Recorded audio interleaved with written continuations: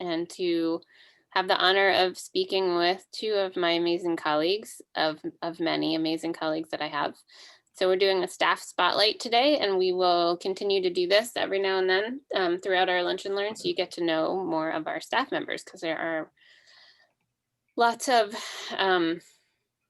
behind the scenes and a lot of hard work that goes into keeping the clay studio running. As most of you know, I'm Jennifer Swilling. I am the curator of artistic programs at the Clay Studio. And I want to start by acknowledging that the Clay Studio stands on Lenni Lenape traditional lands here in Pennsylvania, Eastern Pennsylvania. And that as we are moving through this pandemic situation, we have managed to find some, I guess, moments of joy and ways to kind of make the best of the situation. One of them is that we get to have these wonderful conversations and have people from all over the country join us to kind of strengthen our community in a new way. Many of, really everyone at the Clay Studio has had to figure out ways to capitalize and put a positive spin on what's happening. So as I mentioned, today we're going to talk to Naimah Stith and Megan Lasiter about how they have done that at the Clay Studio, as well as to get to know their backgrounds and who they are as artistic people. So first, I am going to welcome and introduce you to Naimah Stith, who is the coordinator of the shop and gallery. And then we'll go back and forth, and we're going to also talk to Megan Lasiter, who is the community engagement manager, which means many things. One of them is that she is in charge of Claymobile programming and keeping all of those amazing teachers back and forth in regular times with which Claymobile is running and how to get people where they need to go. So I'm going to ask first Naimah and then Megan to say hello and tell us when you started at the Clay Studio, and maybe pick just one of your many responsibilities that you've been working on in the last few days, just to give everyone a little peek, and then we'll start talking about your origins in the arts. Naimah, you want to go first? Yeah. I started with the Clay Studio in March and it's been actually wonderful. Actually, the entire staff here is amazing. They've been great all these months. Right now, as the shop coordinator, I am taking in some shop refresh pieces, which means I'm getting in some new work from artists to hopefully sell through the holiday season. So I'm getting items in, photographing items, inventorying them, hopefully getting them uploaded to the website and then available for sale. And then also helping Jay-Z install and deinstall the multiple exhibitions that we have up and will be coming down this week and last week. Yeah, and not playing down the fact that there are hundreds of items coming in for the holidays. So it's a big job, but I'm very happy to get to work with Naimah too on the gallery stuff, which is a huge part of her responsibility at the Clay Studio. Okay, Megan, do you want to tell us how long you have been with the Clay Studio and a little sneak peek into your recent activities? Yeah, I actually started at the Clay Studio the Monday after the Eagles won the Super Bowl. Wow, you both have like a kind of crazy week. Time to join. It was like a weird week to start because then we were closed like that Thursday for the parade. But so yeah, almost 3 years ago, I started at the Clay Studio. And most recently, I've been working on prepping a lot of kits for virtual Claymobile classes. And I was just at the Claymobile studio this morning glazing bowls that need to go back to the kiln and return to our students. So that's what I've been working on most recently. Yeah, well, and we'll be excited to hear about how you're keeping all that going through the social distancing. Okay, so I'm really interested not just to learn about what everyone's doing now and how they're working with the Clay Studio, but also just a little interesting peek back into why people got interested in art to begin with. So again, we'll start over with Naimah, and I had this really well crafted question yesterday, so I'm going to try to remember it. When do you first remember being excited about art? What's the Um, I was very lucky because I feel like my whole family always encouraged it, like drawing and painting and doing different things. And then it wasn't until I went into, I guess, elementary school where I had amazing teachers, and not only just my art teacher, but my actual teachers also encouraged me to do art, to draw and paint. And then that even went into middle school where the teachers were able to see that I was smart and that I was bright, but then they're like, there's other ways to learn. So then allowing me to also use art in like my history projects was awesome as well. So I feel like those moments in school where art was part of the core of the academic life and that teachers embraced that and allowed it, and the fact they encouraged it, it wasn't something that was shuttered, was, I think, awesome. And I guess that's the first time like I really, I guess, appreciated art because they saw it in me, I guess, best way to say it. That's lovely. That they saw art in you. That's great. And I also really like that you were excited about it being integrated into other subjects. Yeah. I think that that can be such an important tool to help teach and understand other subject matter. I mean, as an art historian, I look at history through the lens of art, and it makes so much more sense when you're kind of thinking about what kind of images people were making and what kind of objects they were making and how that teaches us about what they thought was important. Yeah. So that's cool. And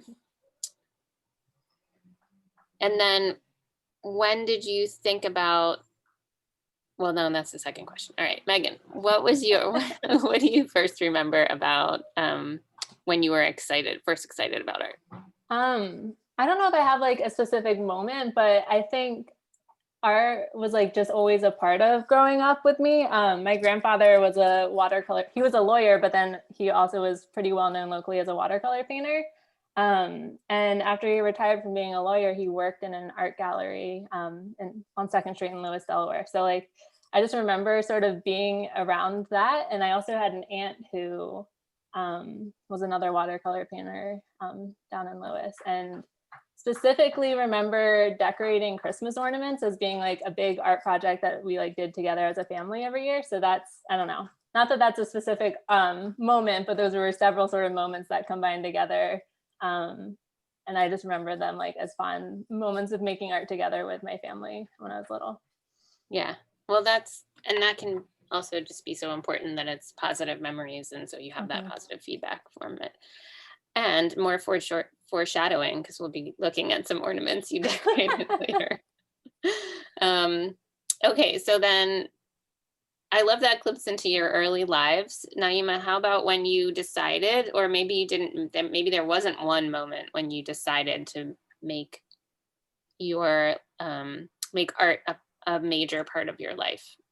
It's interesting. It's like you come across these epiphanies in life. It's like you go through the motions. It's like I was always good at it and I kept doing it. It was encouraged that we had I forget what it was called, but like extracurricular art programs. So I was always a part of that. And then I was also very strong in my academics. So when I went into high school, I actually got rid of my lunch so that I could keep my art class and not drop in my GPA or my class ranking. And then it became senior year and I was like, why am I doing all of this? I was like, I just want to be an artist. This is crazy. I don't need to be in 5 clubs and do all the sports and do the thing. So I all of a sudden I was like senior year of high school, I'm like, you know what? I'm gonna do this. So I went to school for art. And then when I went there, I wasn't sure what art I wanted to do. So I did all the art. So I did printmaking, painting, drawing, pottery, jewelry. I did everything. Because I wasn't sure, you know, and I just sort of fell into pottery, just sort of fell into it. But yeah, it became, it was this thing. It was a nice release. It was something, you know, you're good at and you kept doing. I don't know. And you went to Rowan, is that right? I went to Rowan, yeah. So you felt like you had a supportive department that allowed you to explore all the different media. It's so different. I wanted to go to a university that was more, I guess, rounded, had like sports and had all these different things. I didn't want to go straight to an art school. And all of the professors there in each of the departments were amazing. They were terribly nurturing. Actually looked at Rowan for their engineering program and then wound up going there for art. And even the engineering program, I would talk to them and they were like, yeah, if you just want to come in and sit in a couple of our classes, if you want to, like, if you're interested, come do that, like however many times you need to. But even in the art department, same thing. All of them were encouraging to like use each other as resources, which is, I actually left Rowan to actually go to an art school, and it was not the same. It was very sort of regimented. You stay on your floor, you only do these things. Whereas where Rowan, everyone was a part of everything. I could go to the printmaking studio, even if I was in a printmaking class, and do that, or go to the sculpture or the woodworking shop. And everyone was so helpful and generous. And it makes you problem solve in a different way, which is, I think, great.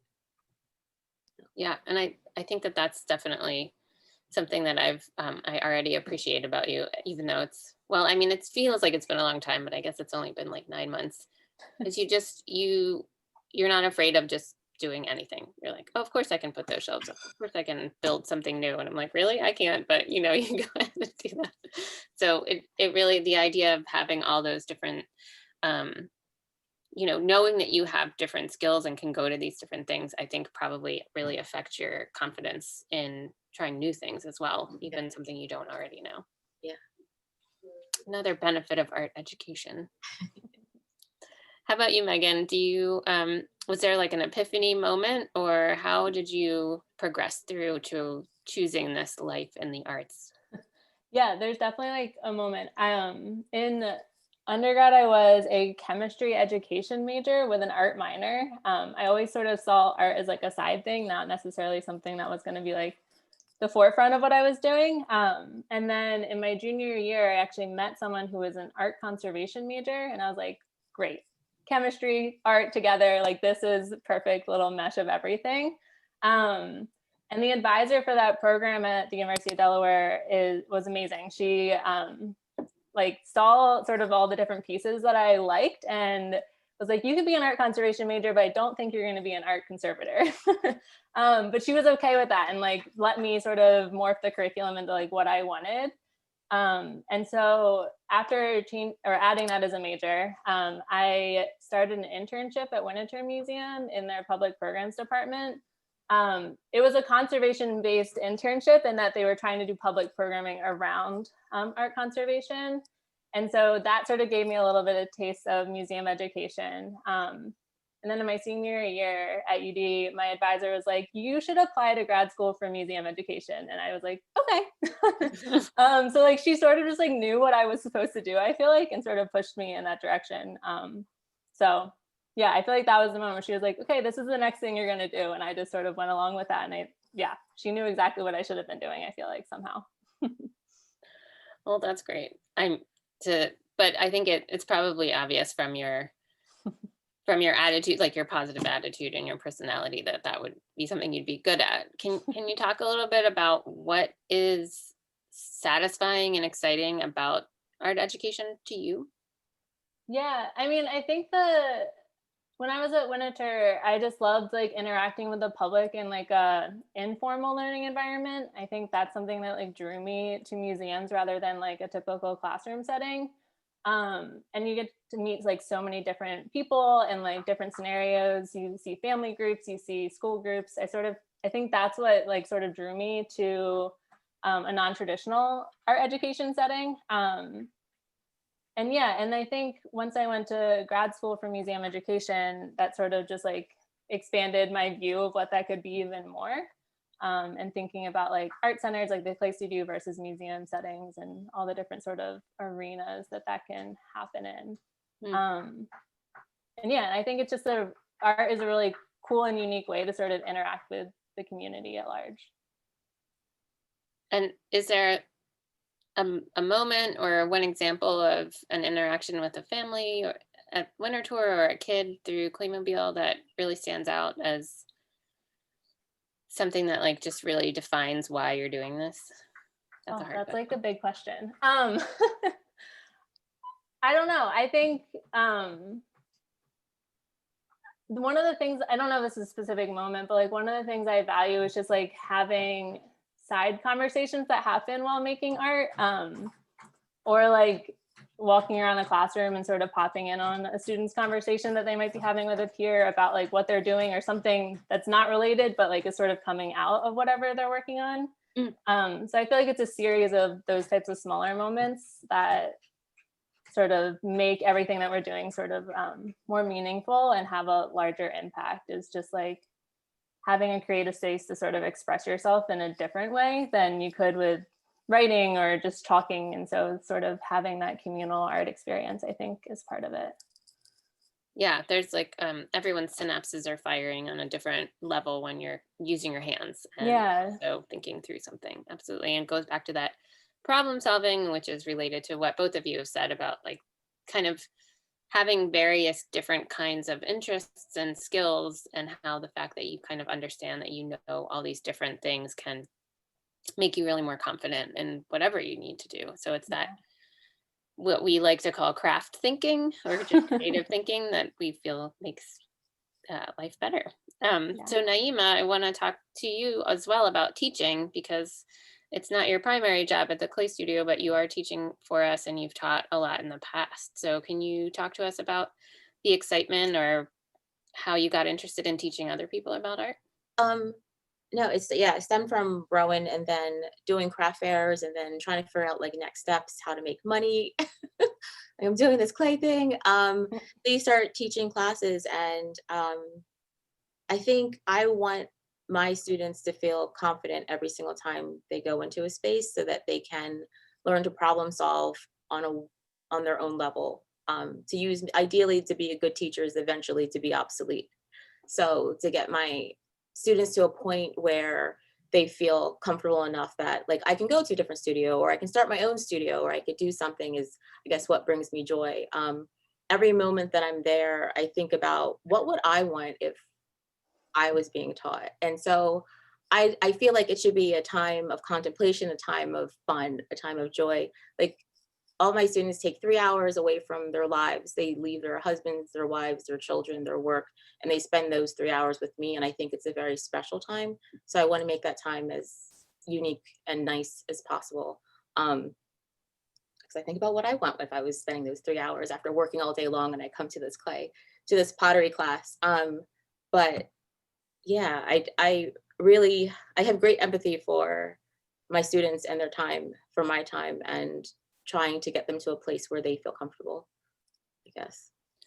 Yeah, that's great. And I hear both of you talking about empowering other people, like empowering your students and the people you engage with to have those conversations on their own. Like you said, Megan, it doesn't have to be you doing it. You like to hear other people. And the same thing with Naimah, saying that you'd like to empower them to kind of go off on their own. And you then use the word empathy, which I think is another really important thing about the arts, is that when you're thinking about making art, you're kind of thinking about your own ideas, but you're thinking about other people engaging with them. So you're always kind of imagining what others are thinking. And that's a really, I think just being more empathetic is a way to kind of make the world a better place. I'm a firm believer that art and craft can save the world, and that's one of the reasons.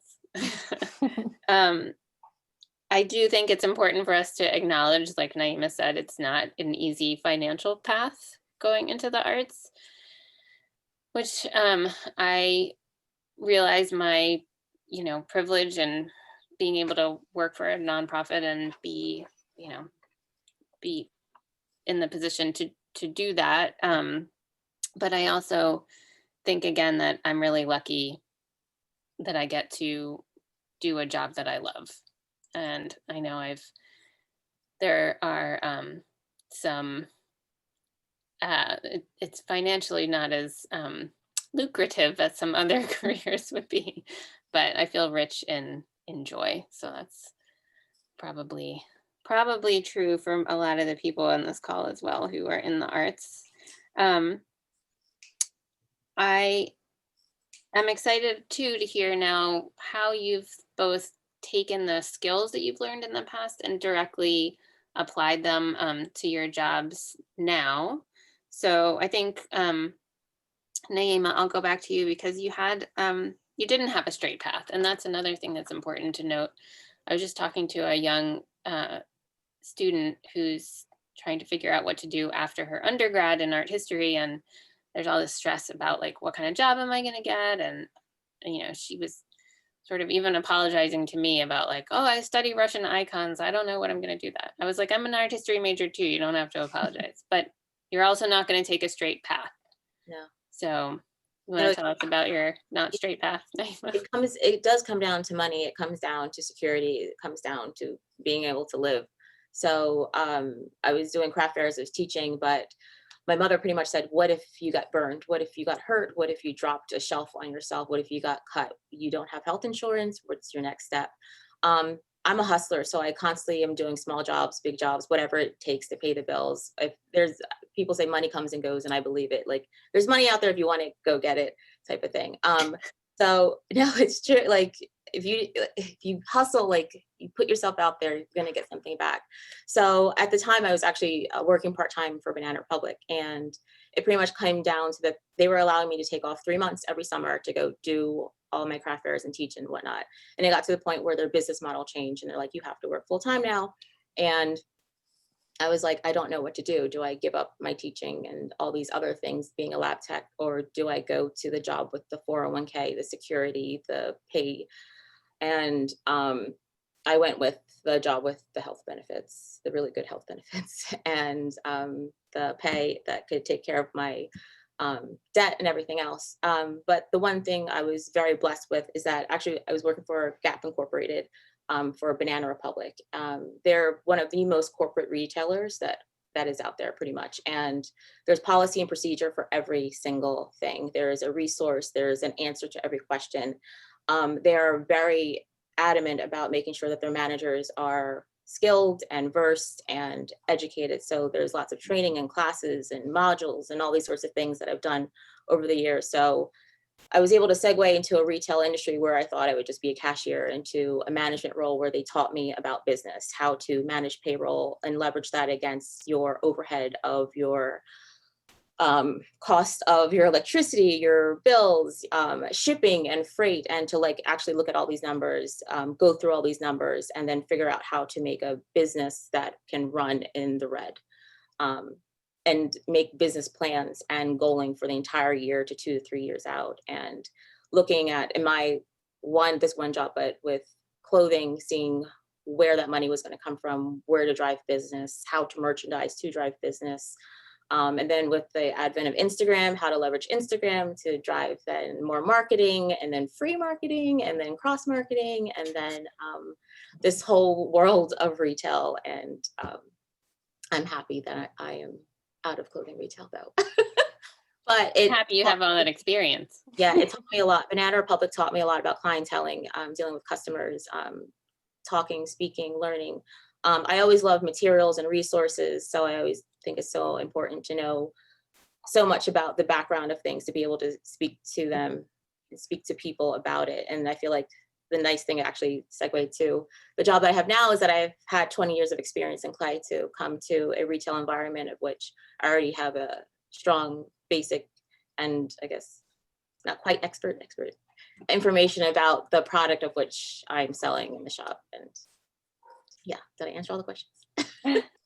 Yeah, you gave us a really good overview of the fact that basically working there was like getting a degree in business. It was. It's interesting. I have a lot of people that will come to me and they're like, should I get a merchandising degree? I'm like, you probably should get a business degree. As like, if you want to learn how to merchandise, go to that brand and learn how, because everyone does it differently. And I feel like a business degree would be more beneficial to learn about accounting, learning about all these things about business, rather than learning about merchandising, which comes down to an aesthetic of whoever your visual people are. And it changes by person to person. So you just have to adapt what they like to what you do, essentially.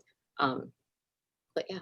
Business is like one degree, like more of a foundational thing. Yeah. And then they pay the money for a degree that you might not actually ever use.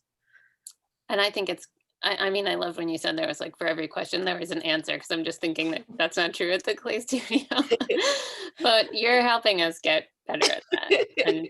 And just even being able to ask questions that we can say like, huh, we don't know the answer to that. Let's figure out what the answer is. It's hugely helpful. So we're really so glad you're part of the family. Thanks. How about you, Megan? What about like some of the nuts and bolts of maybe working at Winter Tour or one of your other previous jobs that has really informed what you're doing now at the Clay Studio? Yeah, I think, well, working at Winter, I worked in their public programs department, where we did family programming and outreach programming and school programming, and all those sort of things were combined in our department.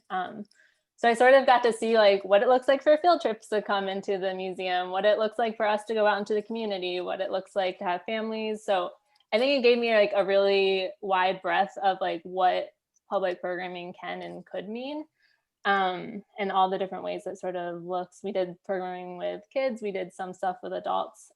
We really did a little bit of everything in that department. So I think that gave me like a really great foundational knowledge for like moving forward into different realms of museum education.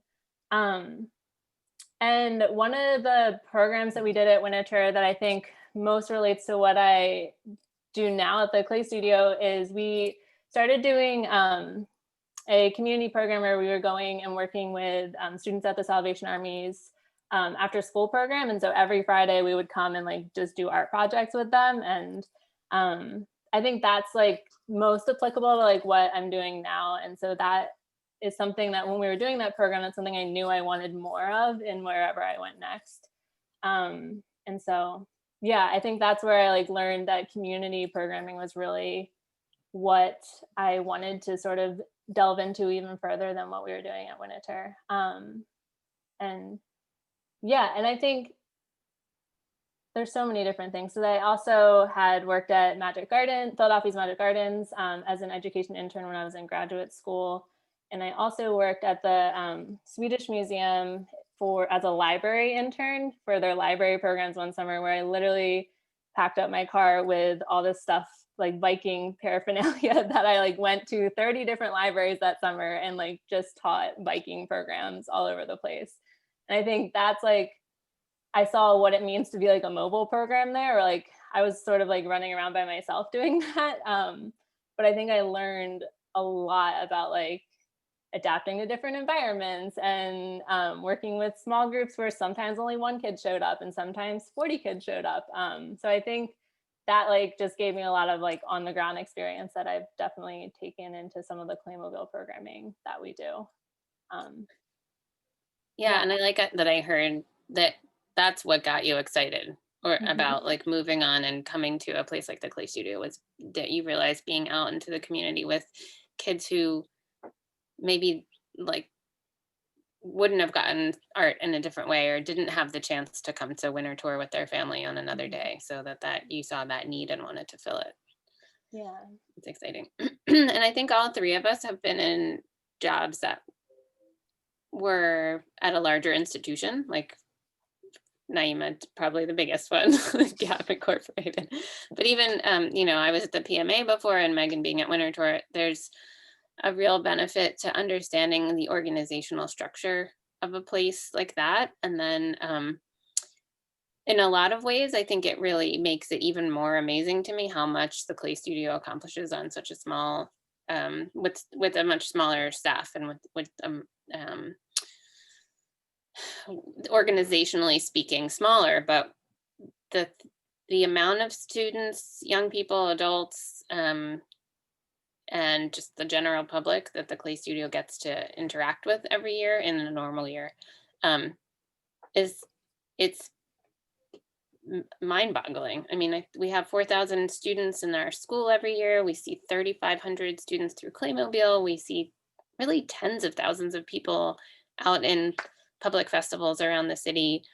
I think we probably show upwards of 400 artists every year in our in our gallery, and then we have like 150 in our shop that we show on a regular basis. So this is an order of magnitude above how many people we have working. And it's really exciting to be part of that. So that's cool. I think I'm just thinking about all of our staff, and I noticed that Raymond is in the Brady Bunch house right now or something. Always got some cool background. Hi, Raymond. Cool. So my next question is really about that idea of what is a normal year. This has not been a normal year. So Naimah, do you want to talk a little bit? I don't even know how you could answer this question. Like what was it like to start a job and then a week later go into shutdown? And how did you navigate that? Well, I know that, but. Well, I want to say thank you so much. I wasn't fired. I was like, I'm gonna get fired eventually. It was actually really sad because I remember Jennifer Martin came out and I'm sitting there and we're like listening to all the things that were going on, and she's like, I think it was Monday, she's like, go home. And I think it was like 2 p.m. I'm like, no. But thanks to you guys, like being able to transition to work from home was awesome. It was life-saving. I was teaching pretty much 4 classes. That was the bulk of my income at that time. And essentially all that money just went away. And it took over 3 months to get any unemployment from it. So like the only real income I had was from this job. So it was by far a lifesaver, but it was wonderful how you and Josie and everyone you guys were wonderful, actually, helping me actually through all of it, checking on our mental status. How are you doing today? What's going on? Having issues with the Wi-Fi and be like, everything's fine, just do what you can. You guys were just, I felt so blessed and lucky to be a part of such a strong and kind organization. So yeah, I have no reference point from before, so I just know what I went through, but and then being able to then eventually come into the building a month or 2 into it was also a blessing too. So that was wonderful as well. I think I was lucky that I was able to learn everything that I did without actually having the distraction of like customers and different people around. So I think that was wonderfully beneficial, and I wouldn't have picked up as quickly without having that concentrated time alone, essentially with Dominique to teach me everything that she's learned over the past 7 years that she's been doing this role. But yeah, I feel very blessed and super lucky. And it's a transition. You move forward, you keep doing what you need to do, especially in this time. It's same time, but you guys made the transition, I think, much, much easier than what I possibly could have been. Well, I mean, that's very nice. We are grateful to you for all the hard work you've done, and it's so nice to hear that. But I was thinking about, now I feel like I set that question up for you to say nice things about me, which is not that wasn't my intention. I was thinking about how we've talked through different ways that we can like make sure that there's enough for people to get excited about buying online, and different ways that we can do that. And I know that we've talked a little bit about maybe people coming to us with an interest in having an online shopping experience. So it's not codified yet exactly, but if anybody out there wants to engage with Naimah, we can set up a scheduled time for her to walk around the shop and hi Anita, show you anything you want to see in the shop and give you kind of a personal shopping experience virtually. We're excited about that.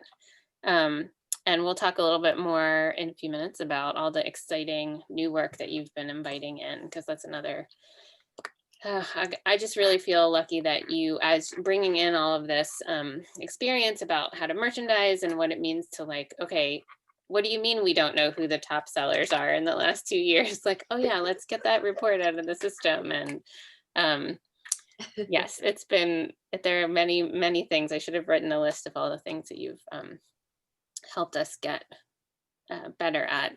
Not that we haven't had great people in the past, and Dominique has done amazing, but it's nice to have fresh eyes and new experiences. Sorry about the cat situation. Megan, do you want to talk a little bit about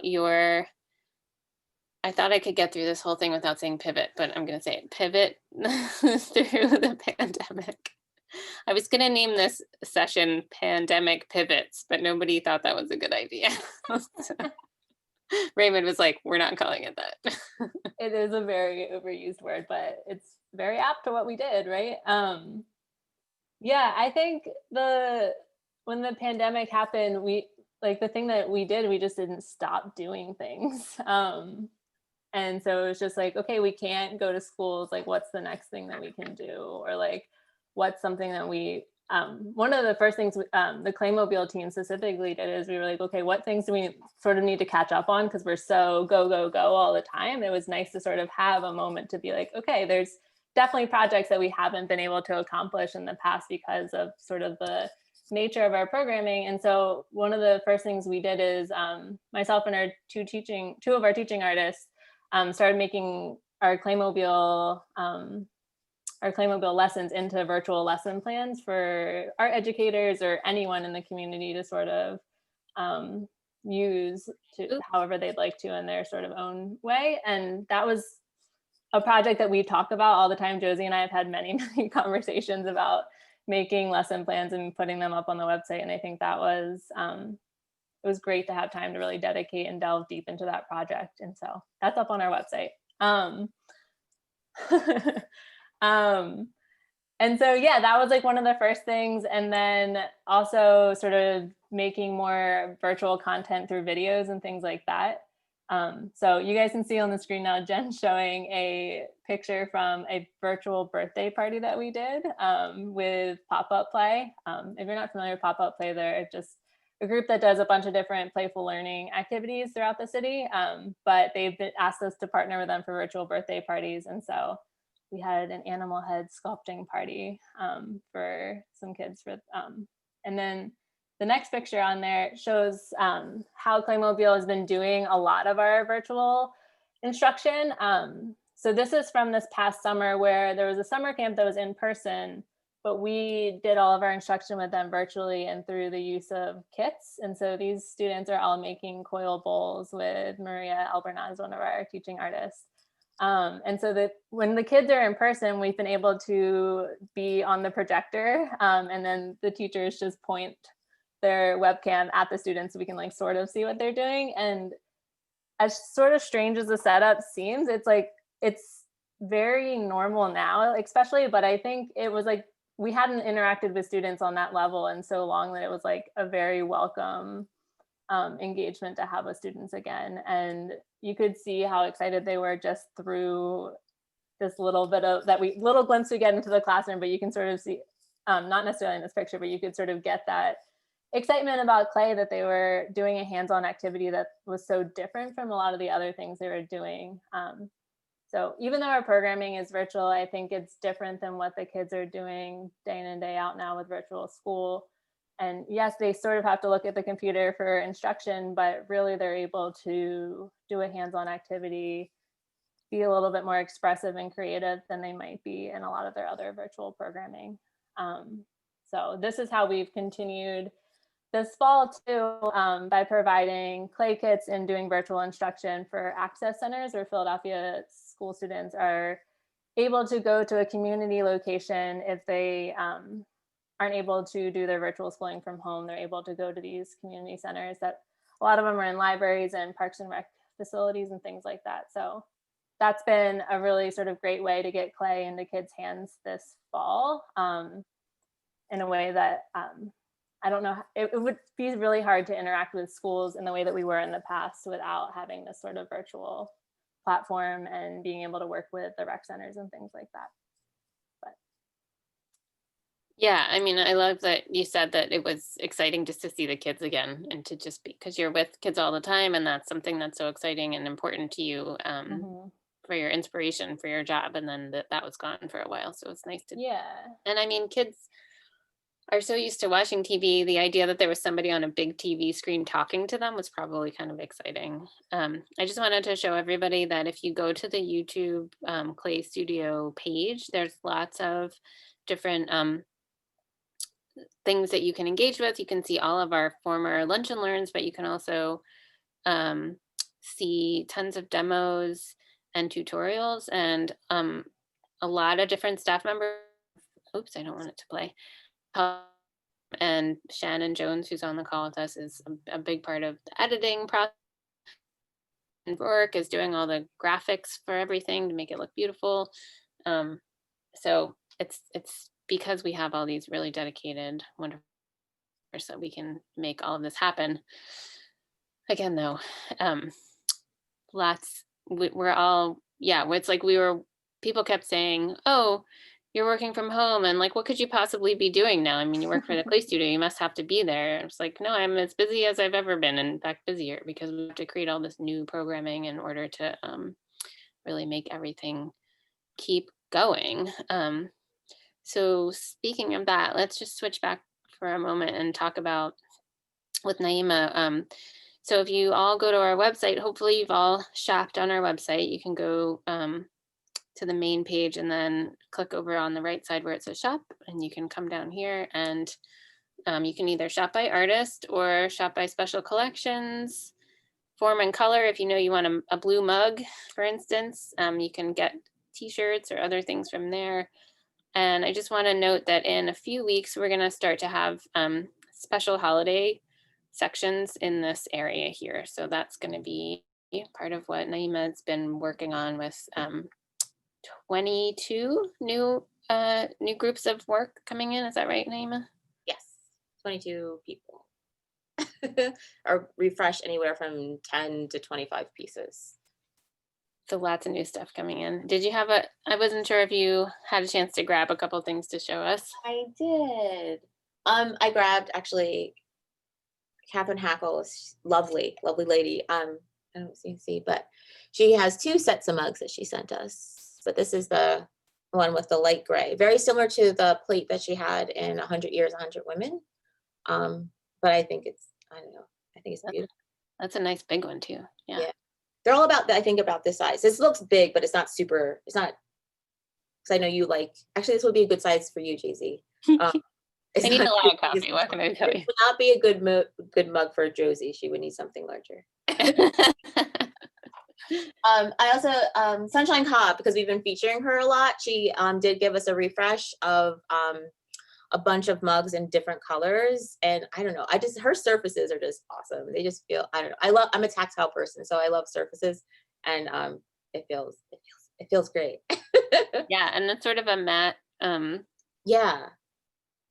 It's interesting. I don't know if she uses, I think she uses commercial places, I'm not sure. No, but it feels wonderful. I also grabbed one of Yoko, one of her mugs, because there's gonna be a couple of hers too. Plus we're gonna be featuring her in December, but she sent some pieces early that we can, I'll have uploaded hopefully by next week. Okay. Yeah, that one's great. Cute. Josie said true, she needs a bigger mug. She did. And then what is it? I also grabbed one of Alan Willoughby's. He just dropped off. He did just a refresh, took work, and then brought new work in. And he did a set of 3. I asked for more of these, but I don't know if you can see the surface, but it's just beautiful. The crystals that grew on the surface. I don't know, clay snobs and clay nerds, I guess. But I just thought this surface was so beautiful. But this is a set of 3 that will be up for sale eventually. Yeah.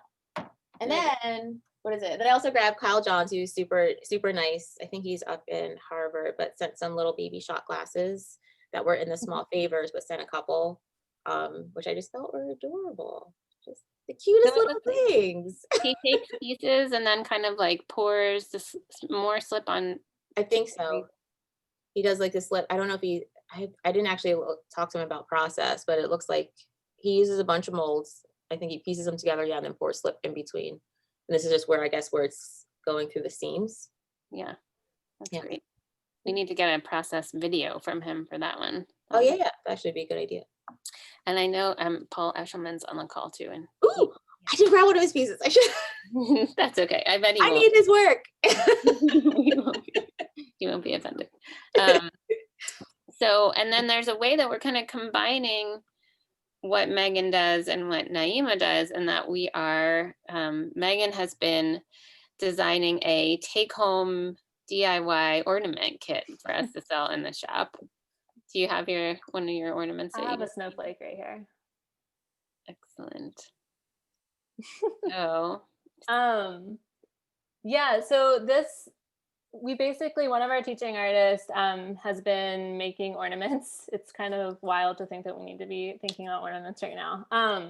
But yeah, she's been making bisque ornaments that we are hoping you saw some in the shop. But this project started in partnership with Innovage Health Centers, who is an older adult facility that we did a lot of in-person programming pre-pandemic. And then they asked us to create sort of art kits for their older adults living in their facilities to do while they're sort of sheltered in their rooms. And so we started by making a planter kit where we had one of our teaching, or a couple of our teaching artists, threw some planters on the wheels that we then gave to them with a little succulent that they could plant in it and decorate it with paints. And then pretty much every month since then, I think we did the first one in July, we've come up with a new bisque project that they can paint and decorate. So we've done picture frames, and we did leaf bowls for fall. And so ornament kits are our next thing. And so we thought that people in the shop might also be interested in sort of DIYing some ornaments too. So we've got snowflakes, Christmas trees, stars, and then another ornament shape too. Yeah, that's great. We were thinking that people might want to buy a set of kits for their grandchildren or nieces and nephews. And then even if wanted, we could have a teacher do a special Zoom with them, or you can just go on our YouTube site, as I showed you, and kind of, I don't know, is there a painting demo? There isn't, but we could add one for sure. Because, and then Naimah's gonna merchandise the heck out of it, right, Naimah?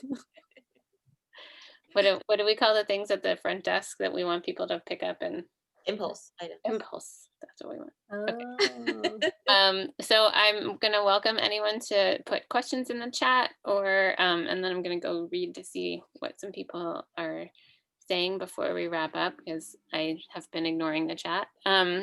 Raymond says, like Naimah, I used to bring art into my school projects. For example, I would illustrate my book reports for English class or make a model of a Peruvian earthquake for social studies. Ooh. I wasn't encouraged to do this. I just thought it was fun, but I always got positive feedback. And asking Naimah, when you worked for Banana Republic, were you able to continue playmaking, or was that put on hold? No, I did. I taught once a week, actually. Like Tuesday nights, I taught every Tuesday night for 15 years. Is pretty cool. And then if I could do a show or had time to make work for a show, I would do it. But working over 40 hours a week, it's exhausting then to actually then think, now I have to make work for a show, and then I have to go to the show and install the show, label everything, and it just becomes this thing. So I would put it off for a couple of years. So I would do maybe a baby show like every couple years. And then I would always just have my Tuesday night class I would teach. And you felt like that teaching kind of kept you connected enough and keeps your hands in it. Yeah, definitely. Yeah. I think teaching is so energizing for myself. I think it's tiring and it's hard work, but I always feel like energized and like I've got a big adrenaline rush at the end, and that kind of like builds up over time. And it's definitely, I feel it when I'm not teaching. So it's nice that I get to do my lunch and learns. I feel like a little bit of my teaching high at the end. Raymond says, bring art to communities, which is I think what Megan was talking about, strikes me as very similar to what musicians do. Teaching art is a kind of performance art. Yeah, that's true. You're like you're really acting, putting on a show for everybody to kind of entertain them. Silver lining of the pandemic is that we've developed things, programs, tools, resources that we can carry forward. It's always brought art education organizations together in new collaborative ways in the city. That is true. Yeah, with that, like I've also thought about like we can take these virtual lessons and even do them when people are able to gather in person again. Because I thought about how maybe an art teacher might not have access to clay for their students, but could potentially ask us to come in and virtually instruct, and we could drop off kits or something, and she can sort of be in charge of the project, but we can provide that virtual instruction and the supplies sort of like we're doing now. So it's just like one of the cool things that we've developed, and we now know how to do it, and could sort of take that forward.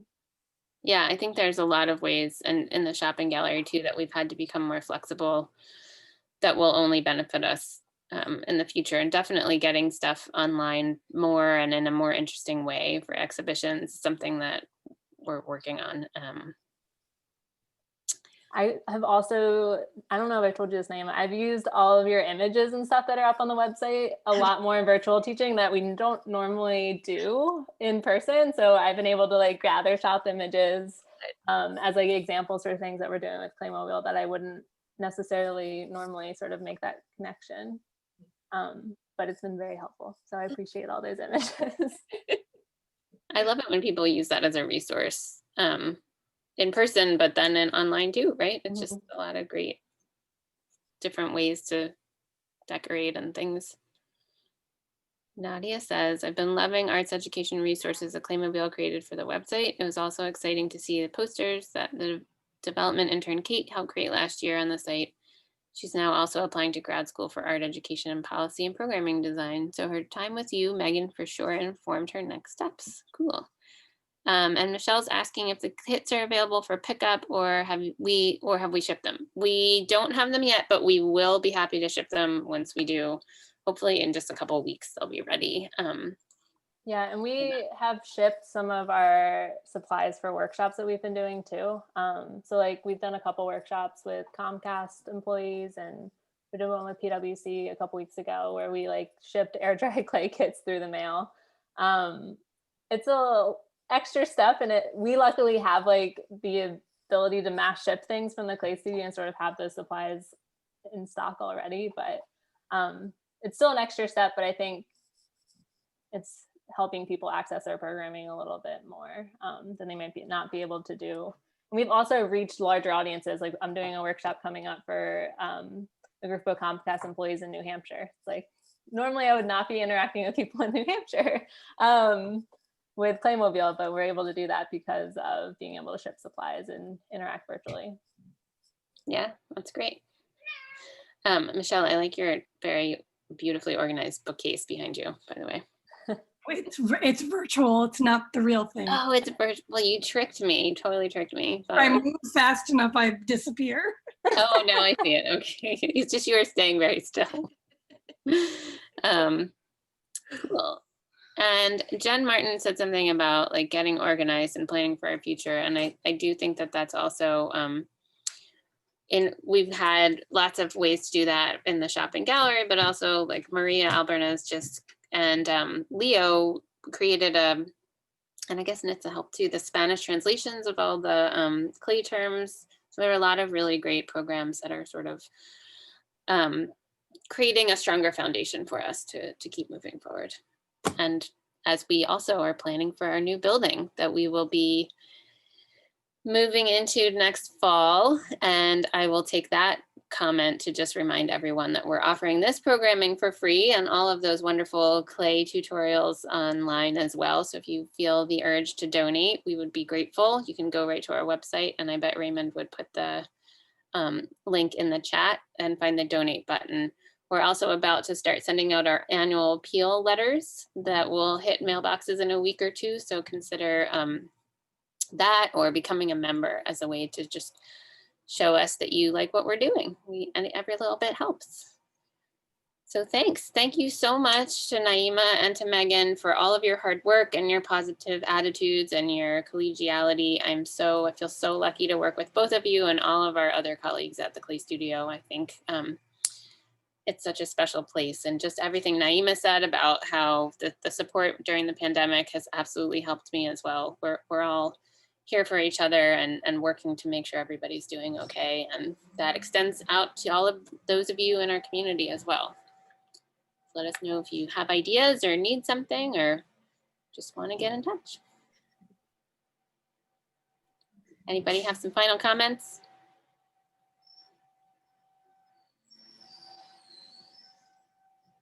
Jennifer Martin. No, I was just going to say, now I want to interview all the staff. Yeah, we'll keep doing it. There's another one in January. We'll just keep at it. All right. Well, it's so nice to see everybody's face. Oh, Raymond's got another title for us. Silver linings. There we go. Better than pandemic pivots. Okay. I hope you all enjoy the rest of the day. It's a little gloomy, but just remember, you can be comfy inside. Thank you, guys. Thank Good to see you you. all. Thanks, everybody. Bye. Have a great day. Thanks for being with us.